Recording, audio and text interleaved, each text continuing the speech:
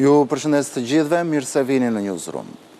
Rinumërimi votave të zgjedhjeve të 11 majit në Tiranë përfundoi të premten pas një procesi që zgjati rreth 10 ditë, duke konfirmuar paradoksalisht vjedhjen e qindra votave nga Partia Demokratike.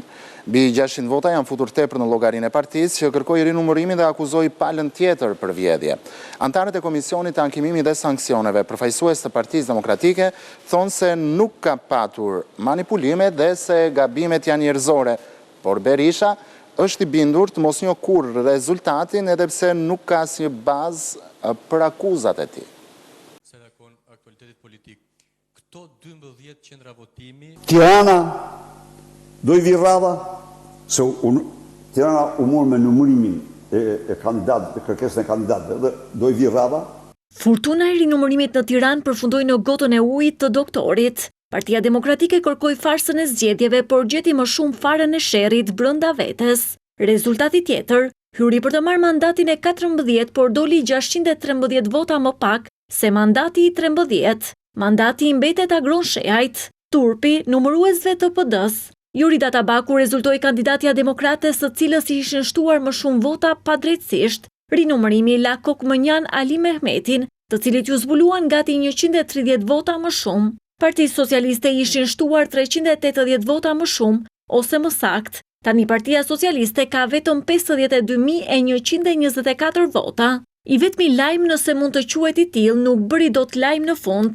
Nga lista e kandidatëve Roz Blerina Gjulameti arriti të përgjysmoj diferencën me Olta Xhaçkë në Tiranë, por me 70 vota më shumë, mandati i mbeti ish ministres së mbrojtjes. Por si shpjegohet në fund që PD-s që ankoi për vjedhje, ishin shtuar më shumë vota. Për të sqaruar ata që po komentojnë numërimin, është kërkesë e kandidatëve të cilën ne e respektojmë, por nuk është kërkesë e Partisë Demokratike. Jo, sepse ne kemi pikpamjen, kemi besimin, kemi qëndrimin tonë, vota vdiq pa hyrë në kuti. Por doktori paralajmëron se e ka gjetur një fajtore dhe për shtimin e votave për PD. Se dha aty dora e zezë e një njeriu që s'ka ligj as moral, vazhdon në kas si përfaqësues ekstremist i Edi Ramës, dhe që i shpall të vlefshme të pa vlefshme sipas dëshirës tij votat aty. Pra, është proces në vazhdim. Në fakt, Rusmajli këmbguli rinumërim jo për kandidatët e Ramës, por të Berishës, por kujtesa nuk është arma më e fortë e doktorit këto zgjedhje. Berisha harron se ka 2 anëtarët e vet në kas. Ledio Brau është njëri prej tyre. Ai këmbguli në hapje kutish, por të premten, ju desh të mbrojë komisionerët e PD-s, që pas këtij rinumërimi duhet të shkojnë në ndjekje penale. Pra, nuk kemi më akuza për trafikim votash, sidomos brenda subjekteve, as me subjekteve. Të gjitha ato lëvizje që reflektohen dhe që shpesh herë konsiderohen si vjedhje, manipulim, trafikim votash, për mendimin tim nuk janë tilla. Janë çështje gabim njerëzor që mund të ndodhur në proces numërimin KZAZ.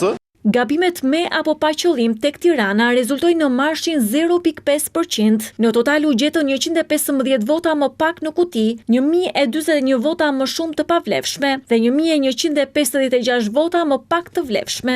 Por a ja vleti gjithë stërmundimi për të gjetur kaq gabime? Ky proces ndoshta s'duhet ishte bërë nga pikpamja administrative. Paralelisht, këtë javë nisi edhe certifikimi i rezultatit të 11 majit. 35 kandidat fitues në zgjedhjet e 11 majit morën këtë të premte mandatin e deputetit. Komisioni Qendror i Zgjedhjeve vulosi rezultatin edhe për qarqet e Beratit, Dibrës, Vlorës dhe Shkodrës, duke përmbyllur kështu edhe sagën e ankimimeve për parregullsi apo pavlefshmëri. Përndarja e mandateve për qarkun Berat është si vijon, Partia Socialiste e Shqipërisë merr 5 mandate, Koalicioni Partia Demokratike Alanca për Shqipërinë Madhështore 2 mandate. Për qarkun Dibër, Partia Socialiste 3 mandate, Koalicioni Partia Demokratike Alanca për Shqipërinë Madhështore 2 mandate. Për qarkun Shkodër, Koalicioni Partia Demokratike Alanca për Shqipërinë Madhështore 5 mandate, Partia Socialiste e Shqipërisë 4 mandate, Partia Social Demokrate 2 mandate. Për qarkun Vlorë, Partia Socialiste e Shqipërisë 9 mandate, Koalicioni Partia Demokratike Alianca për Shqipërinë Madhështore 3 mandate. Vendimi i kësaj të premteje i kryekomisionerit Ilirian Celibashi e çon në 8 numrin e qarqeve të certifikuara, pasi të mërkurën u shpërndan mandatet edhe për 24 kandidatët fitues në qarqet Kukës, Lezhë, Korçë dhe Gjirokastër. Ndërkohë mbeten edhe 4 qarqe për të certifikuar: Tirana, Elbasani, Fieri dhe Durrësi. Verifikimi i fletëve të votimit në Elbasan dhe rinumërimi në Tiranë faktoi se nuk kemi të bëjmë me gjë tjetër veçse gabime njerëzore, por demokratët nuk heqin dorë nga pretendimet për farsë elektorale, duke konfirmuar se do të ankohen edhe në kolegj zgjedhor, edhe pse dërgimi në gjykat nuk ka më asnjë lidhje me procesin zgjedhor, pasi edhe rinumërimi nuk solli asnjë ndryshim në mandat apo në rezultat. Zgjedhjet parlamentare të 11 maj dominuan diskutimet edhe në seancën plenare të kësaj jave, e parafundit për këtë legjislaturë të 10. Edhe pse rinumërimi i votave faktoi se është Partia Demokratike ajo që ka marrë më shumë vota të pamerituara, Sali Berisha akuzoi sërish kundërshtarët për masakër elektorale. Zgjedhje si Zimbabwe të 30 vite më parë. Dhe pastaj të mos quhet Ramaduro. Asambleja Parlamentare e Këshillit të Europës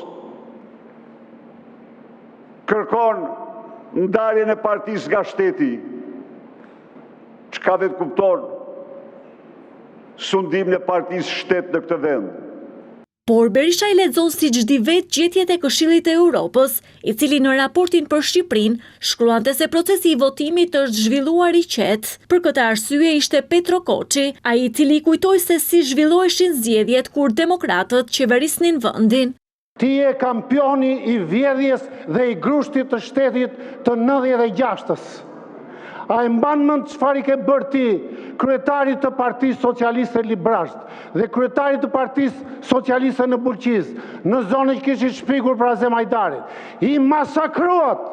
Ti je burgose Vadosnano për politikë. Ti je në të njëjtën frekuencë, në të njëjtën val me Maduron, duke akuzuar shqiptarët sikur janë mafia ndërkombëtare e karteleve dhe bandave të drogës. Turp të kesh. Berisha nuk la pa shigjetuar as deputetët e rinj, ndonse socialistët i kujtuan listën e partisë së tij me në krye aleatin e tij në qeli Ilir Metën, për të cilin dikur nuk i kursente akuzat. Ku është ajo Sara? S'është këtu, as Zeqineja, s'janë këtu ato. S'kan ardhur akoma. Pra, në qoftë se në Shqipëri u zhvillua farsa më shëmtuar elektorale, ajo pati pasqyrimin më damkosës në botë. Ilir Metën si ke thënë kriminal. Ilir Metën e ka akuzuar për vjedhjen e Floririt. Ilir Metën e ka akuzuar për vrasje. Dhe erdhi dita që në 2025 ti Ilir Metën e vure kandidat për deputet. Ti. Në nisje të procesit të votimit, kryeministri Edi Rama u rikthye në kuvent për herë të parë pas zgjedhjeve. Mazhoranca miratoi vetëm me votat e saj 10 akte, përfshirë projektligjin për të huajt për sportin, për kufirin shtetëror apo zyrën për rikuperimin e aseteve. Ish prokurori Arjan Doja, që fitoi një mandat deputeti për Partinë Demokratike në zgjedhjet e 11 majit, dëshmoi në gjykatën e posaçme në procesin për atentatin ndaj tij në vitin 2019. Doja tha se Rumin e Shijakut, që ishte me të në makinë gjatë atentatit, e ka njohur në vitin 2005 kur ishte avokat, por pas vitit 2019 nuk ka pasur asnjë kontakt me të. Arjan Doja tha në gjykat se nuk e ka njohur makinën e atentatorëve, por u përplas me ta në seancë. Për herë të parë në gjykatën e posaçme, deputeti sapo zgjedhur i Partisë Demokratike Arjan Doja u përball me organizatorët e atentatit kundër tij, Lauren Dervishi e Julian Meçe. Në seancën e së premtes, ish prokurori Doja tregoi me detaje se si ndodhi atentati 2019-s, ku mbeti i plagosur edhe miku i tij Aleksandër Laho, si dhe humbi jetën shoferi Andi Maloku. Nga ura e Dajlanit kemi ikur në mbikalim, kemi vazhduar rrugën sa kemi kaluar karburantin nisën të shtënat. Në fillim se kam kuptuar. Plumbat fillimisht vinin nga pas dhe ka qelluar në distancë. Nuk kemi arritur ta shohim makinën, të shtënat kanë qenë të diferencuara me plumb tek dhe jo vetëm, por jo në breshëri. Kanë qenë 2 armë, vetëm në sediljen time kanë qenë 13 predha. Të shtënat kanë zgjatur rreth 10 sekonda. Mëtej në dëshminë edhe në gjykatë ndoja tregoi se ende nuk e di kush janë motivet dhe autorët e atentatit. Unë nuk i di arsyet pse këta e kam bërë, vetëm çka kam lexuar në media. Mua më intereson në arsyeja pse u bë ky atentat, se duket si çudi, por unë s'kam pasur asnjë problem, asnjë shkak të besoj që dikush do të më bënte atentat. Edhe 6 vite pas atij atentati unë nuk e kuptoj pse ka ndodhur. Ish prokurori tha gjykatës se Pëllum Muharemin, që vijon të jetë në kërkim nga SPAK për tjetërsimin e pronave në gjirin e Lalësit, nuk ka më kontakte pas ngjarjes së ndodhur në vitin 2019, ndërsa u përplas në sallën e gjyqit edhe me Flauren Dervishën e Julian Meçajn, të cilës SPAK i akuzon si organizator të atentatit. Të dy këta të fundit kërkuan sqarime nga doja për një atentat të ndodhur në Durrës, ku ata mbetën të plagosur në qershor të 2019-s. Unë po të shoh në sy dhe nëse do ta dija që ti ke gisht në atentatin që më ka ndodhur mua, unë s'ta fal. E di ti shumë mirë atentatin ndaj meje, dhe unë dëgjoja shumë fjalë, po të them, nëse do ta dija që ke lidhje s'ta fal, jo vetëm ty, apo kush do tjetë. Ti the se nuk ke pasur probleme me mua, dhe se problemi vetëm ishte konflikti me kryeministrin e s'vendës kryeministrin. Atentati jot ka qenë personal apo politik? Në fund i pyetur nga prokurori SPAK Adnan Xholi nëse mendon se kryeministri apo zëvendës kryeministri i kohës kanë lidhje me atentatin ndaj tij, ish prokurori Ndoja u shpreh se jo nuk e di, ndërsa nga hetimet e prokurorisë ka rezultuar se përplasja mes Flauren Dervishajt e ish prokurori Ndoja dhe Aleksandër Lao ka nisur në lidhje me konfliktin për tjetërsimin e pronave në gjirin e Lalësit.